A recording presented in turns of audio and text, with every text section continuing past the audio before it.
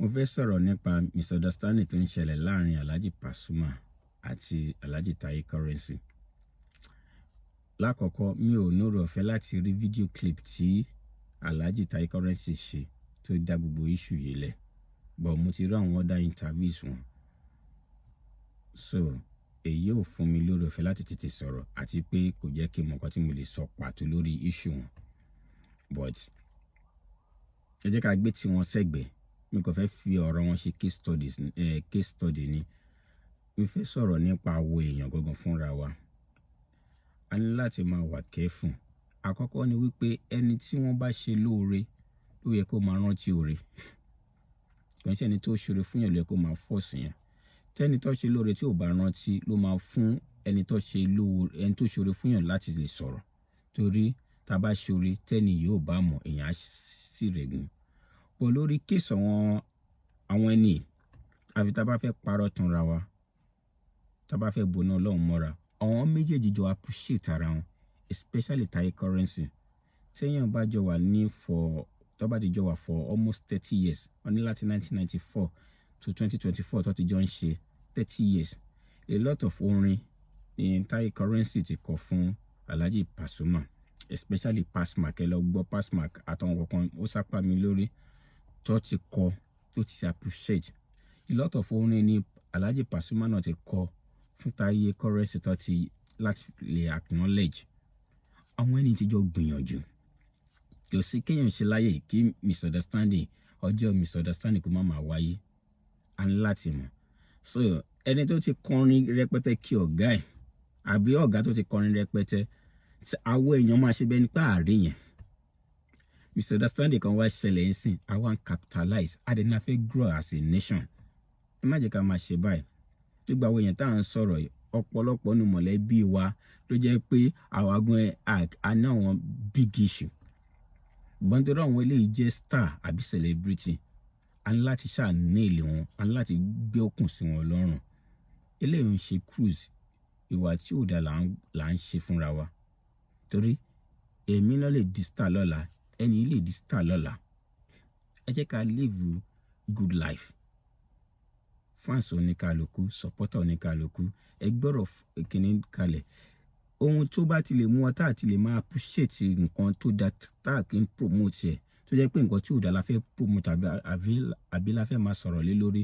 It shows irú àwọn èèyàn tá a jẹ́ as a tribe, as a ẹ̀yà.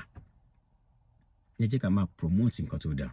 Tí misunderstanding bá wáyé, ẹ jẹ́ ká a lè pè wọ́n ṣàkíyèsí. Ìyẹn ń ṣe nǹkan tó burú. Pípera ẹni ṣàkíyèsí, a lè pè wọ́n ṣàkíyèsí.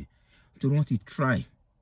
Àti ẹni tó bá ti fẹ́yàwó àbí tó fọ́kọ, a mọ̀ pé ohun tó ṣòro ṣe jù ní láti manage àwọn èèyàn ló ṣòro láti manage jù. Ọ̀rẹ́ sọ̀rẹ́.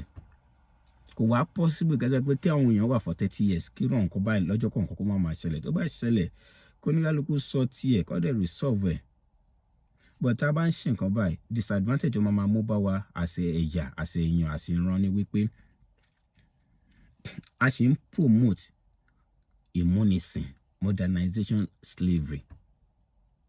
Òun ni ẹ máa fi rò wípé most of the time tí ọmọ èèyàn tó bá interview àwọn èèyàn pé ta ló kọ́ ẹ̀ṣẹ́ àbí kíní, kí n lè proud. Àti ẹgbẹ́ tí gbogbo èèyàn máa sọ pé òun ò kọ́ṣẹ́ lọ́wọ́ anybody. Ẹlẹ́mìí gan lè sọ pé òun tẹ̀ lọ sí school lọ́dọ̀ anybody. Òun kọ́ dédé mọ̀ gbogbo nǹkan tó òun mọ̀ ni. Because kí ló dé máa ń fa nǹkan ẹ̀? Àwọn èèyàn láti set ẹni tí tó bá sọ pé ọ̀gá òun lélẹ̀, ọ̀gá ready láti máa lò 24/7 àbí kó ṣáà máa àbí tí ò bá tẹ̀ jọ̀gá àwọn èèyàn wọ́n ready láti ṣáà máa sọ pé kò gbọ́dọ̀ ṣe kan báyìí, kò ṣe dáadáa sọ́gà ẹ̀ kíní. Gbogbo wa la fẹ́ liberation. But ṣé ń túra wá fẹ́ liberation? Ṣé àwọn èèyàn tó ṣe wá lóore ní recognize wọn, ní sọ, ní ṣe kíní? A ní láti ṣe. Èyí ló fa pé a ní láti máa fi ẹ̀sọ̀ sí. A ní láti wà careful fún ẹni tó ṣe lóore kó má lè yá láìmoore. Fún ẹni tí ó dẹ̀ ṣe lóore kéèyàn lè máa proud pé ẹni ló ṣe mí lóore, kéèyàn náà má máa jẹ́ kó jẹ́ ìmúnisìn. Nígbà táwọn èèyàn bá ti jọ wà for 30 years tí ọ̀rọ̀ ẹni tẹ́ ń sọ ẹ̀ tóun gan ti bímọ tọ́mọ ti dàgbà bí tọ́mọ tiẹ̀ náà ti bímọ tí misunderstanding wá ṣẹlẹ̀.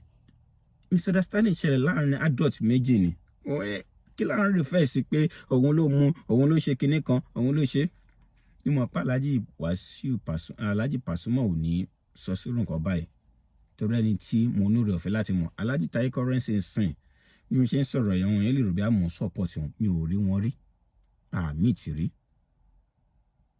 Alhaji Pasuma ọ̀rẹ́ ẹ̀gbọ́n mi ni wọ́n.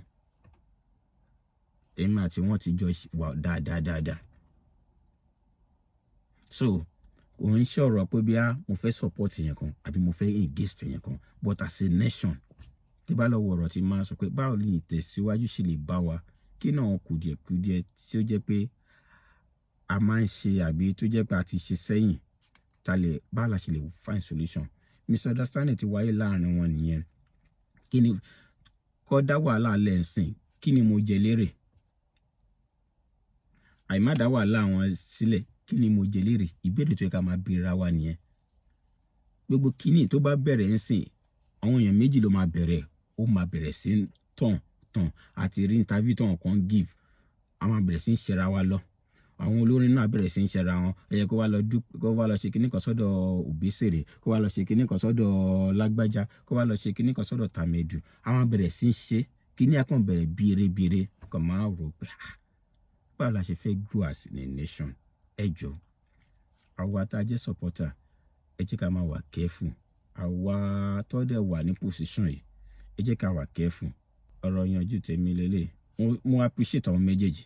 Kéèyàn ti wà láti jọ wà for 30 years. Kò ń ṣe nǹkan tó rọrùn. Ẹni tó bá ti manage àwọn èèyàn rí ló máa mọ̀ pé kò ń ṣe nǹkan tó rọrùn. Wọ́n jọ try, mo dẹ̀ appreciate wọn. Ọlọ́run á wà pẹ̀lú wa, ẹ jẹ́ ká wà careful. Ẹ ṣé gan.